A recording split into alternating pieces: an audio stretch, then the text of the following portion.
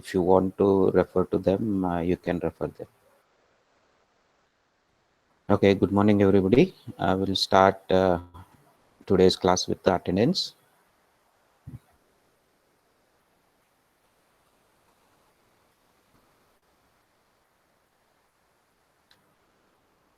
Okay, roll number 1.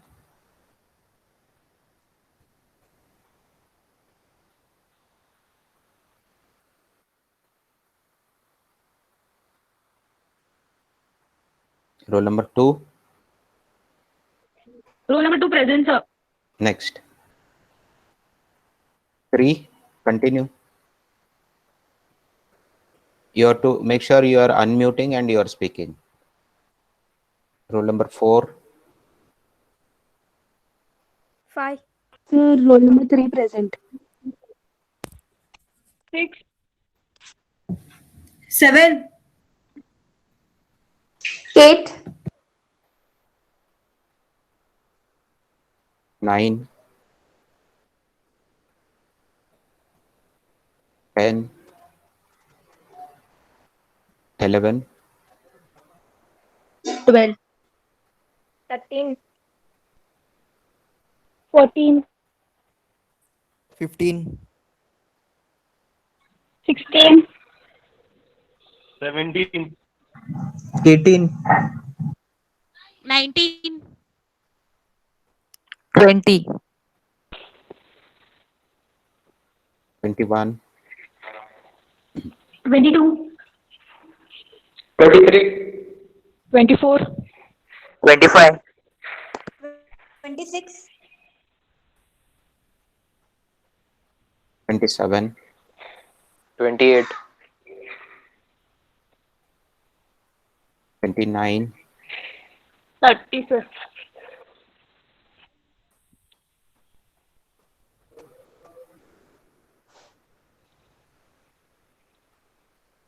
31.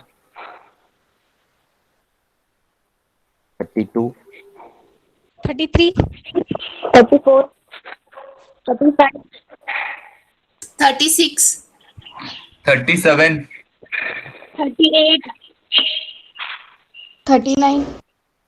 40, 41, 42. 43, 44, 44, 46, 47, 48. 49. 50, 51. 52, 53. 54. 55. 56, 57. 58, 59. 59, 61. 62, 63. 4. 65. 66. 67 67. present, sir. Okay. 68. 68. 9, 70. 71. 72. 73, 74. 75. 76, 76. 76 present, sir. All right. You missed so many classes, man. Okay. Anybody joined late? You can tell your roll number. Roll number 7 is present. Sorry, roll number 4.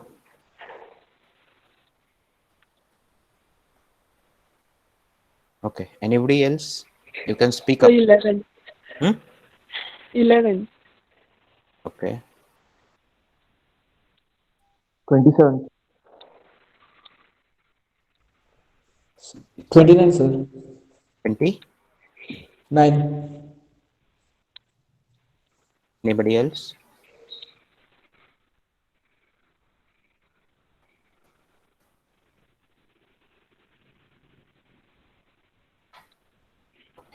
Everybody. Sir, 4. You are present. 4.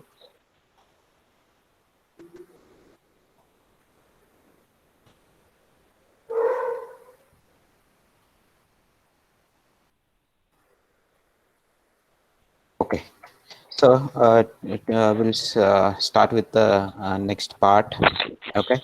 So in the previous sessions, we looked into, primarily we understood what are the management functions and overall understanding about the management, what is its importance, why it is required, and also we studied different terminologies related to management functions, and we talked about different levels of the managers, and what are the different skills they require, and what level of skill is required at what level. We talked about that, and in general we talked about excuse me, what is administration, and so that is kind of a like a overall picture of what your subject is about, and then we will get into one by one topics in detail. So before the first topic would be planning. In the first module you have planning and staffing. Okay, even though we did not explicitly had the management function staffing, but that is also one of the function, and that would be part of the module 1. And before that we will see how this management thought evolved. Okay, so development of management thought. Before we get into development of management thought, there is a one very good inspiring story about the one of the fishing companies in Japan. So in that particular company was challenged by the customers whoever were using their fishes for their dishes. They challenged to give them more fresh fish than what they are providing. So their way of doing was they used to do deep ocean fishing, like huge ships. They will go for weeks together into deep ocean and do the fishing and come back. So the way they were doing was like they will catch the fish and they will put it on the storage area, but like they would be dead by like few days, so they used to keep on stacking, and once it gets filled they used to return. So basically all were like fresh fishes, but they were not alive. So they thought to take up this challenge. They came up with so many ideas. Then they thought of instead of having the storage, let's have the tanks. The storage were converted into a blocks of tanks, and they will put water, and then they will keep the fishes there. So with that, so definitely they will take a hit on number of storage because they have to carry water as well. But they thought it will give a better fish for customers, and they did that, and the result was very good. So they caught all the fish and they put it in the tank, and all the fishes were alive. Okay, and when they returned to the shore, all were alive, and it was much fresher than what earlier it used to be. They felt good. Then over a period again there was a request, can we have better fish than this? Then they thought like how can they improve, already the fishes are alive, huh? So then they came up with a one very innovative idea. They thought like even though fishes are alive, they were not active, like they are put into like those tanks, and those tanks are filled with fishes.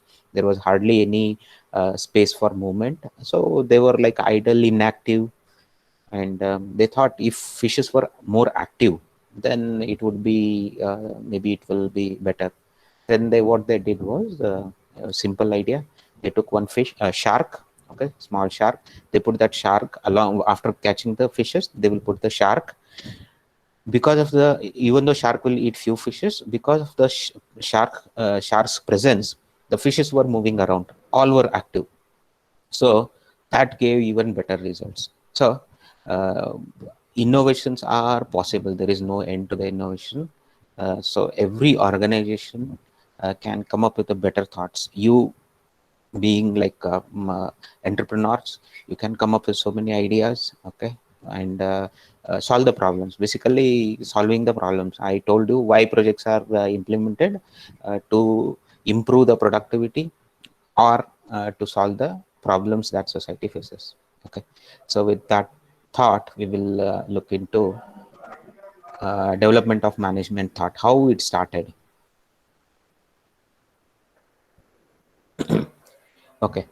Management has risen today to central activity of our age and economy, a powerful and innovative force on which our society depends for material support and national well-being.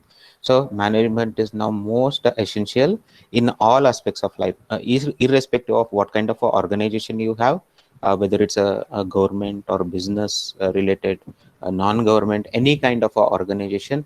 Management is the most essential thing which will keep everything in a good way of bringing in more productivity for with the available resources, human resources or the material resources. So during the period between 1700 and 1850, the advent of factory system during this period highlighted for the first time the importance of the direction as a managerial function.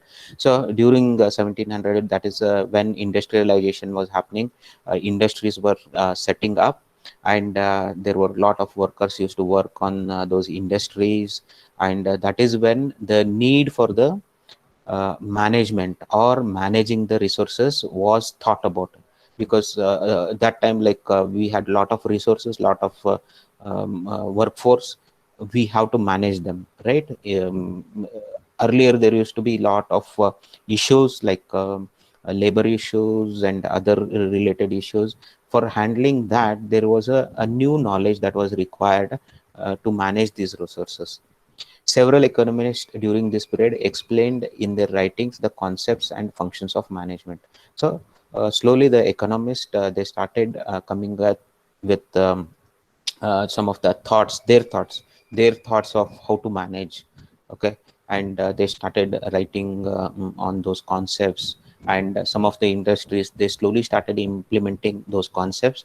And when they started implementing, they were encouraged when there were good results. Okay, so they slowly started working on those concepts and the different functions that were proposed by the economists. Adam Smith, he is one of the economists, explained the concept and consequences of division of labor. Okay, so Adam Smith is the one who talked about the consequences of division of labor. So division of labor, when we have the division of labor, what kind of impact it will have on the organization. And another economist, Turgot, explained the importance of the direction and control, and was struck by the importance of planning. So Turgot was the one who thought about we already talked about directing, right? We talked about the management function, directing and controlling, and also we talked about planning. So he thought about directing. Okay, so directing is making the whatever the available resource, they work in the assigned task, that is the direction. And controlling is what?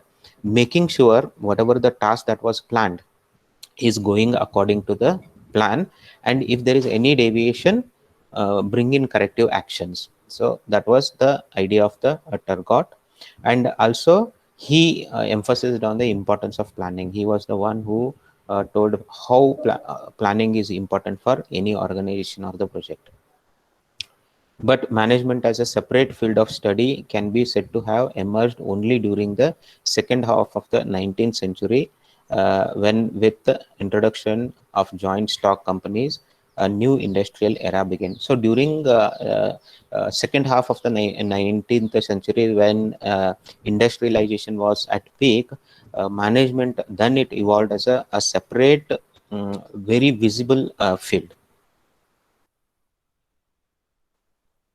So this form of enterprise separated management of business organizations from their ownership and gave rise to problems of labor inefficiency and inadequate system of wage payment. Earlier the management was made as a separate organization, and from there would be owners of the organization. Apart from that, there would be a management for the organization, and the management would be like a they will be interface between the labor and the management, but it gave rise to a lot of inefficiencies in the way it was working, and it was not like a very adequate system which will give a good solution for taking care of all the issues. So they kept on looking for the solution. In search of solution to these problems, people began to recognize management as a separate field of study. So they thought like management is a separate field of study, because there was no clear, even though it was identified, something is required to do the management, but it was not considered as a separate entity. Okay, but when they were trying to find solution, they realized that this should be considered as a separate field of study. During the last 100 years, management has become more scientific discipline with certain standardized principles and practices of the field of this study.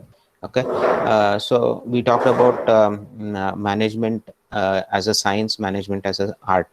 So management during last 100 years, a lot of people, they came up with a process, certain processes. We identified so many processes, how each process should be performed, and they came up with some standards, like if it is a planning, the planning in general, it should happen in this way. So they came up with the certain standards for certain standards and principles for all these practices. So it emerged as a more of a scientific discipline.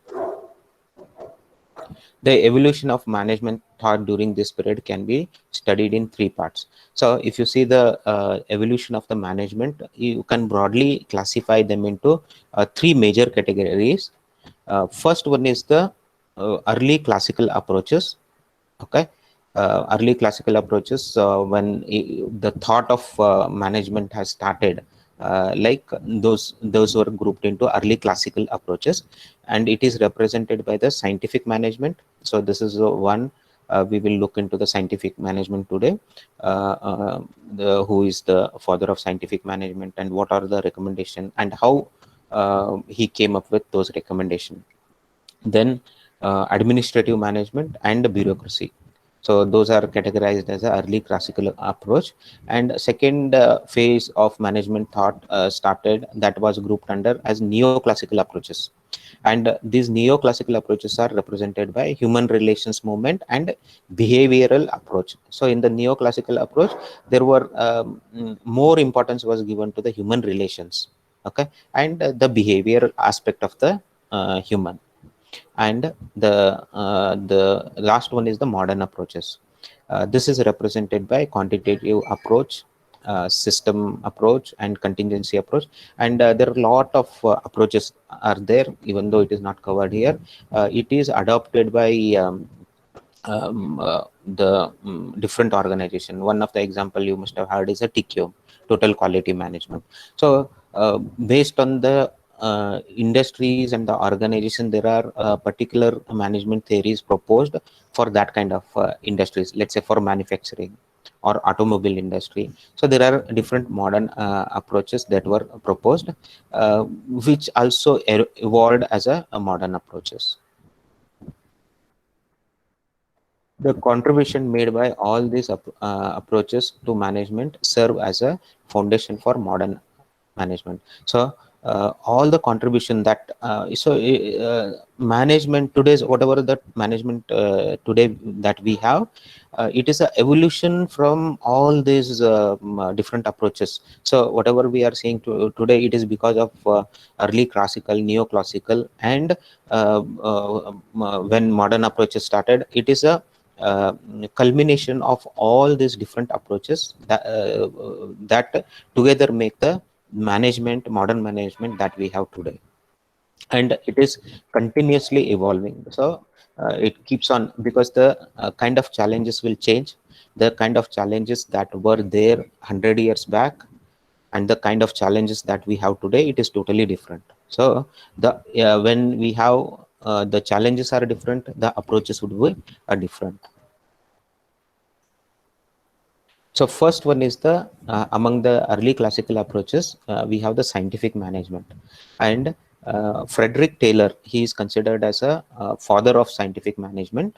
So Frederick Winslow Taylor, like during his period 1856 to 1915, he worked for various industries, and he was a pioneer in developing some of the approaches that we will see today. The development of management thought through his experiments and writing. So he conducted a lot of experiments. Okay, and he had written about all those experiments.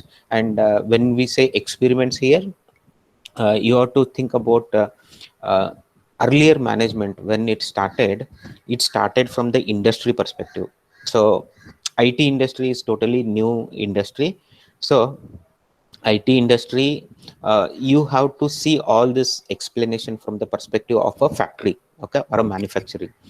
This is when all this studies started. When during that period we did not had IT. See, all these approaches predominantly they performed and carried out on industries or a manufacturing units. He conducted many experiments. So what are the many experiments is like in the industry setup. So he will use some other approaches, some other techniques, and basic idea of applying this management thought is to increase the productivity. Okay, increase the productivity, increase the production, and keep the workers or the labor motivated. These were the most important things during that time. He conducted a series of experiments in 3 companies. So he worked in these 3 companies. He conducted many experiments there. Midwell's Steel, Simon's Rolling Machine, and Bethlehem Steel. So you can think these are all manufacturing units. While serving as the chief engineer of Midwell Steel Company, Taylor made several important contributions. So when you are working as a chief engineer in Midwell Steel Company, he came up with a lot of concepts, and he contributed a lot of ideas. These contributions are classified under the scientific management. So thus, whatever the contribution that is done by the Taylor, so Taylor, whatever the concepts and management theories proposed by Taylor, they are considered as a scientific management. Okay, and all his contributions are classified under scientific management. First one is the time and motion study. Okay, what is a time and motion study is earlier how the setup was like, uh, whatever the work that has to be done, the foreman will tell the workers or the employees like, this is the job that needs to be done, and it was up to the worker to plan how to do this and implement, and he will do it in his own way. It was up to the employees, and how much time it would take, it all depends on the worker. Like he thinks worker like it will take more time, that is the benchmark, right? There was no estimate in today's modern scenario, we call it as an estimate. There was no proper estimate on the how much work it will take or how many man hours it will take.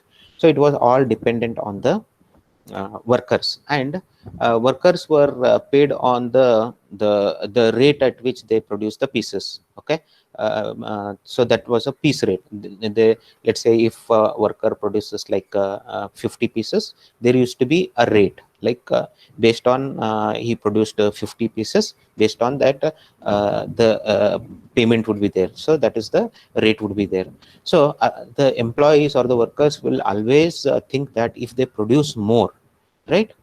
Okay, if they produce more, if the production goes beyond what is their thought of control should be, then the rates will go down.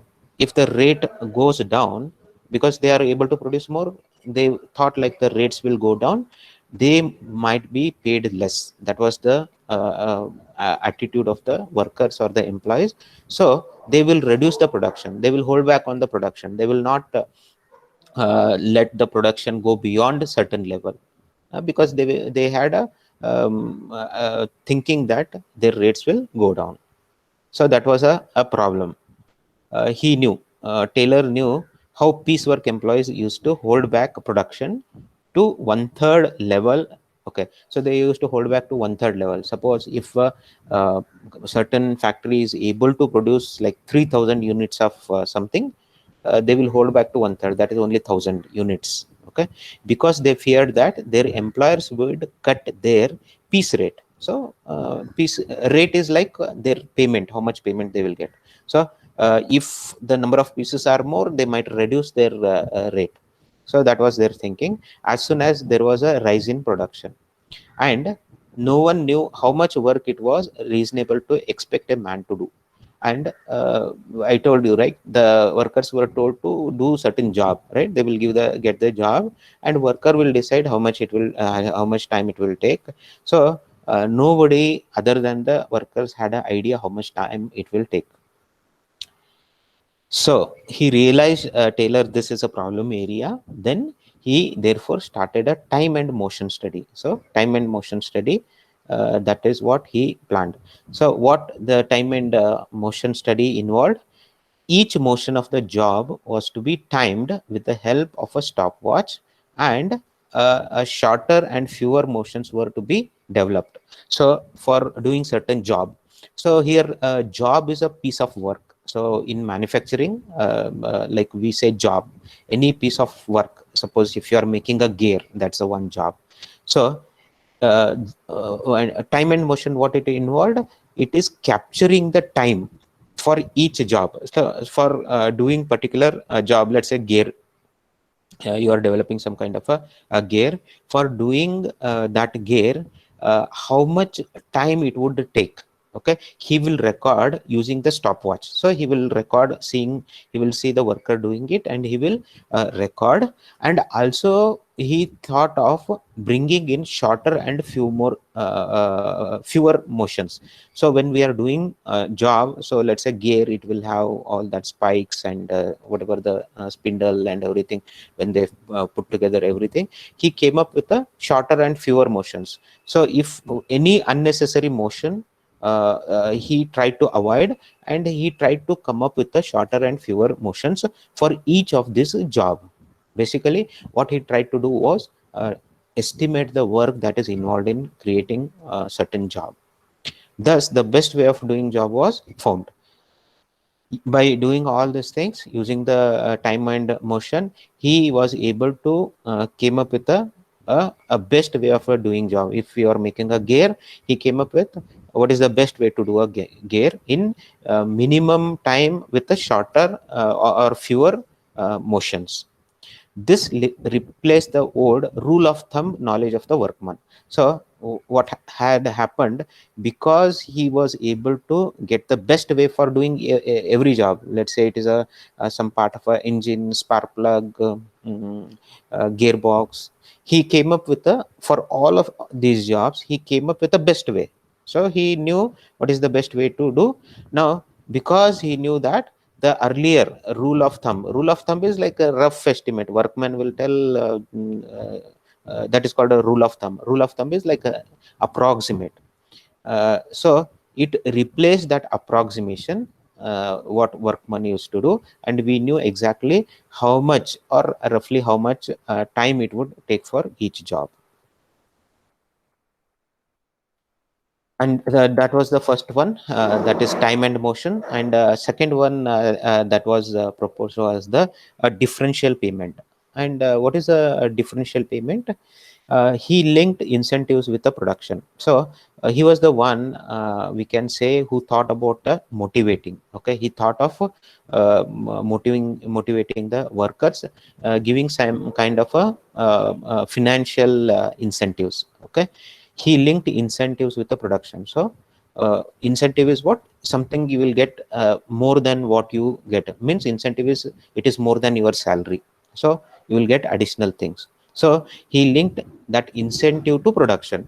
When you link incentive to production, if production is more, incentive is more, right? So they will be more happy to produce more because they are going to get the more incentive. Under this plan, a worker received low piece rate if he produced a standard number of pieces. So he already had time and motion, and he knew exactly how much time it will take to produce one job. Okay, and given the 8 hours of work, he would come up with a one number that is called as a standard number. Let's say one worker will be able to produce let's say 10 gearboxes in one day. That is 8 hours of work.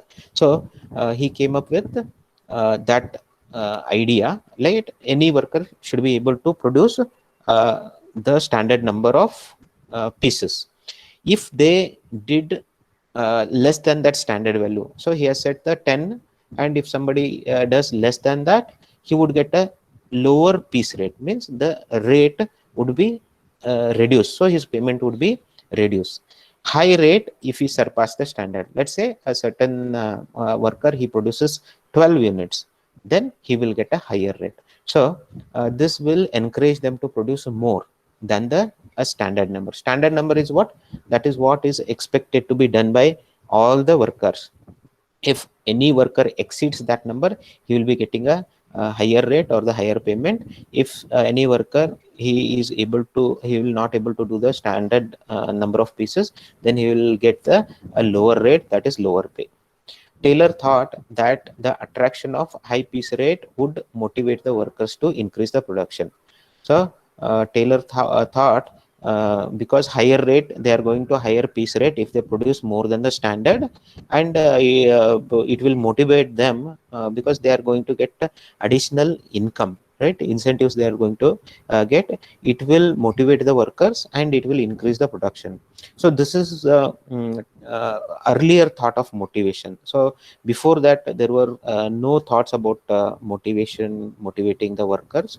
This was the earlier thought, and this might have worked, like because it is a new thing, but later there are some drawbacks with this. All human beings are not they will not get motivated by the money alone. There are other aspects that is required, and also like when human beings, they are fulfilled with their basic needs.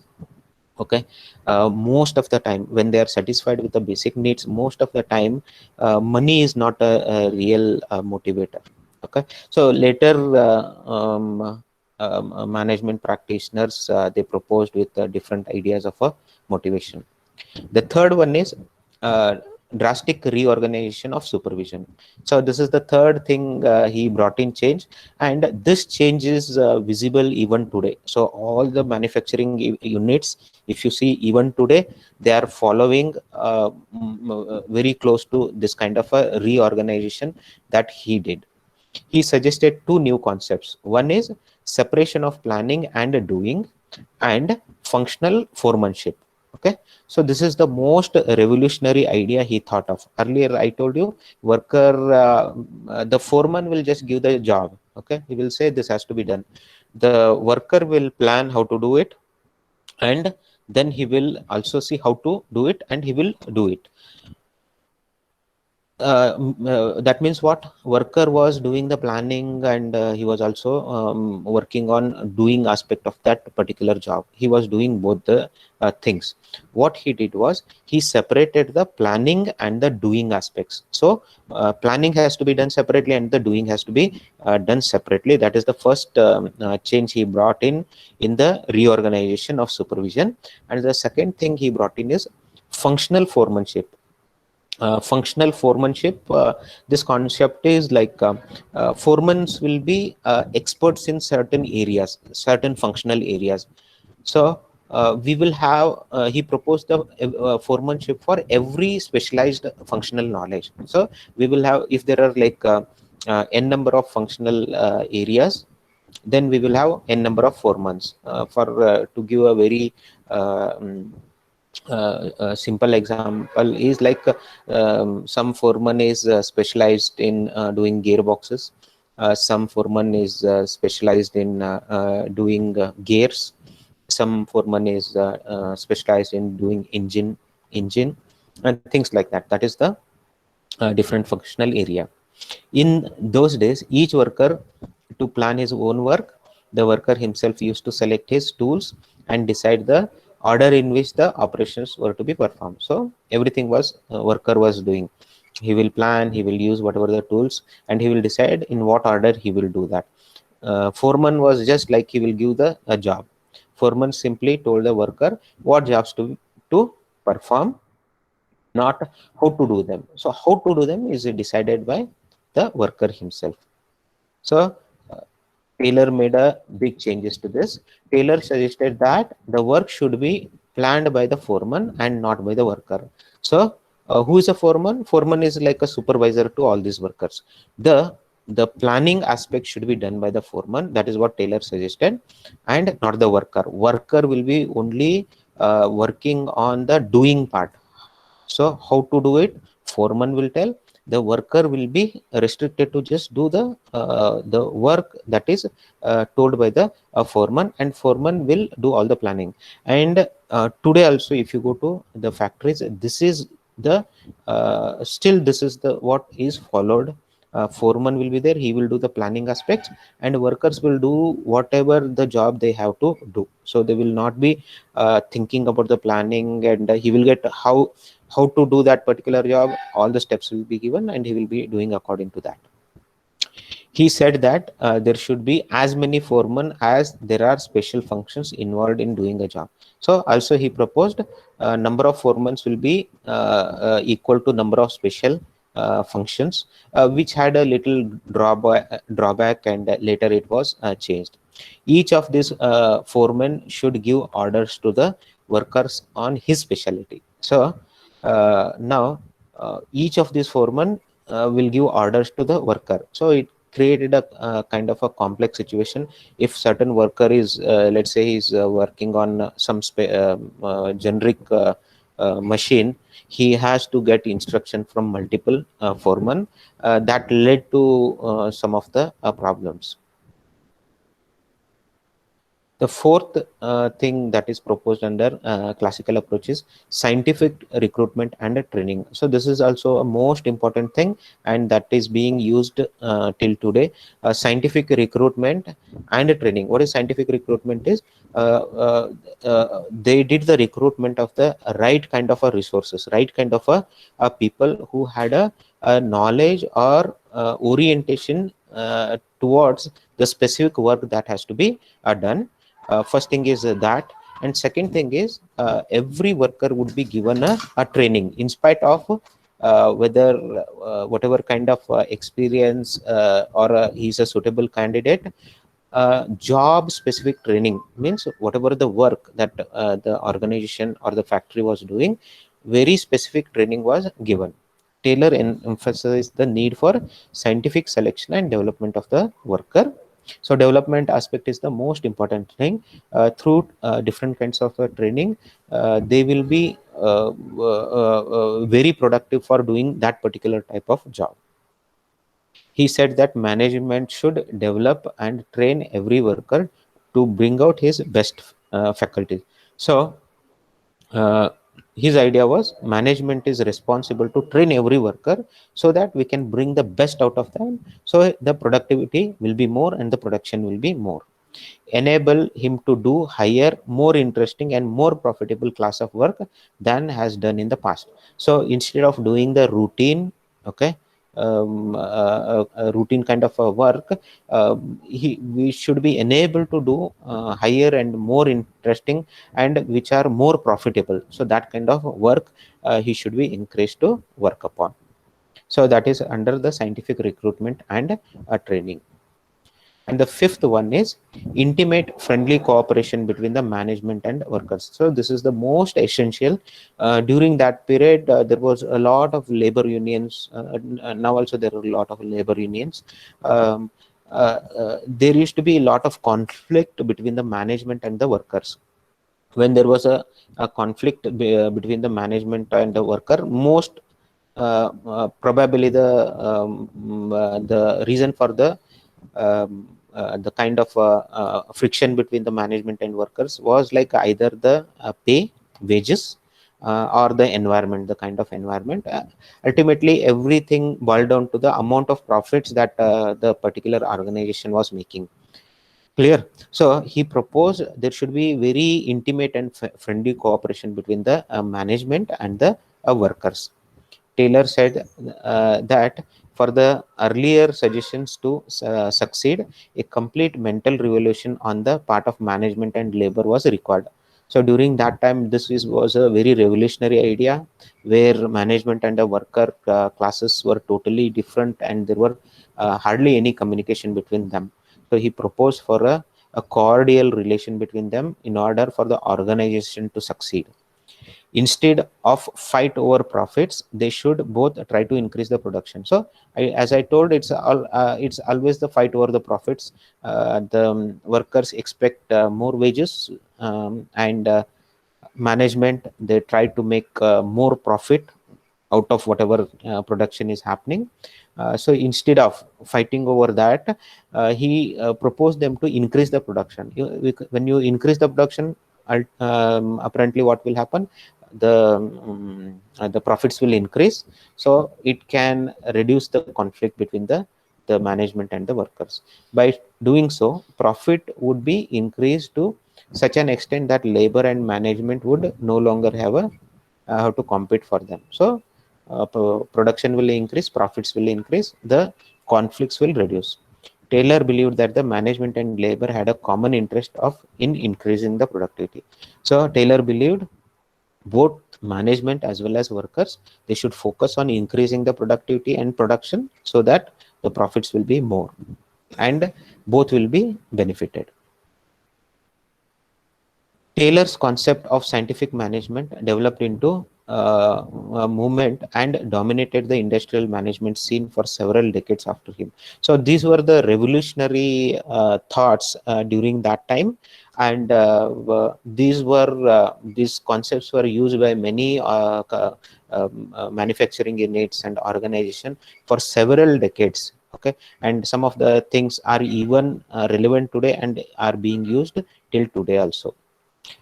And his principles and concepts were refined and enlarged by several of his followers, notable among them being Henry Gantt and the Gilbreths.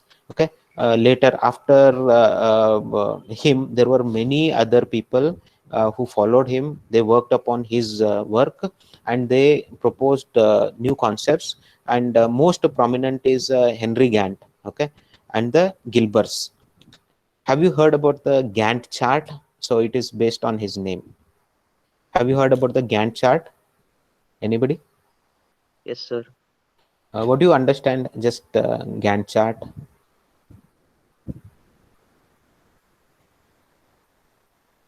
Okay, I'm not expecting any answer. If you know the Gantt chart, which is even relevant, it is extensively used in the management and data science field. You must have seen a lot of Gantt charts. Okay, even that is, I will show you the example of the Gantt charts I have a few examples. Okay, Gantt insisted that willingness to use correct methods and skills in performing the task was to as important knowing the methods and having the skills in the first place. So Gantt insisted on willingness to use the correct method and the skills. Whenever we are performing a task, we should have the correct methods and skills, and moreover that willingness to use those methods. And second, he saw the importance of the human element in productivity and propounded the concept of motivation. Even though he is not the pioneer here, Taylor already had used this motivational theory, but also Gantt worked on the human aspects, okay, human elements. When Taylor worked on the motivation, there was not a human element attached. It was more of a like economical or the financial aspect. money aspect was involved. He touched upon the human element of motivation. And Gantt introduced two new features in Taylor's incentive scheme, which was found to have too little motivational impact. So he introduced two new motivational thing, which were not very effective. Every worker who finished the day's assigned workload was to win 50% of the bonus for that day. So this is one. If any worker finished his work, which is required, he will get 50% of the bonus. And second one, he gave the incentive for the foreman too. Okay, foreman too was to earn bonus for each worker who reached the daily standards plus extra bonus if all the workers reached. So he proposed a bonus for the foreman also. Foreman is a supervisor for all the workers. If any workers meets his target, he will be given bonus. Also, if all the workers meet their target, he will get additional bonus. Okay, so what will happen is foreman will try to encourage all the workers to complete their deadline. He will help them as much as possible. Gantt also developed the idea of rating an employee's work publicly. So he also developed the idea of rating every employee. Okay, every employee he rated like using his Gantt charts, how much work he has done on a daily basis, and he will put those in the public place.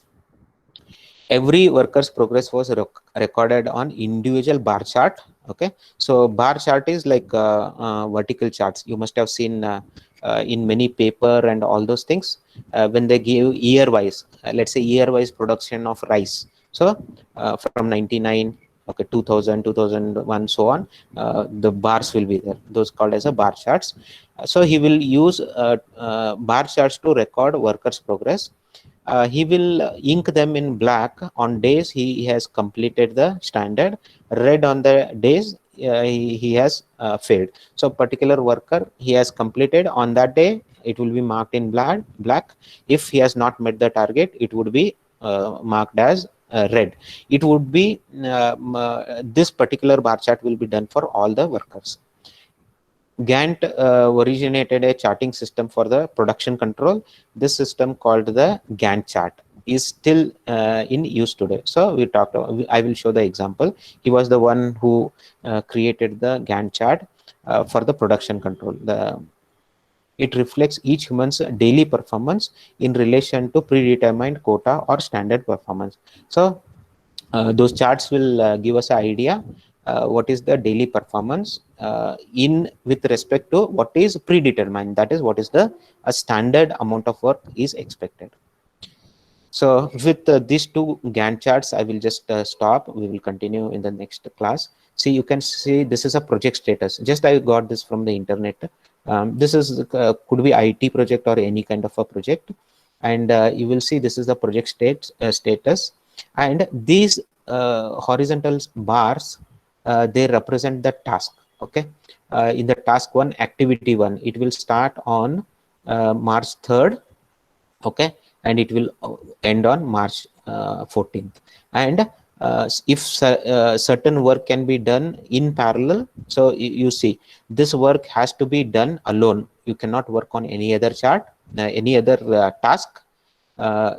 This particular next activity can be finished starting Monday, like this much amount of work has to be done, then this is the next activity. This is the activity 3.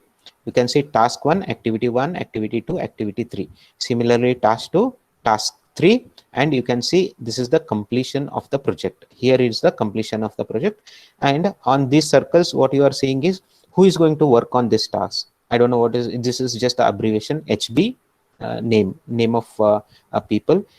This person is going to work on this. SJ, this is the person who is going to work on this, and so on. So this is one example of project status. And website redesign.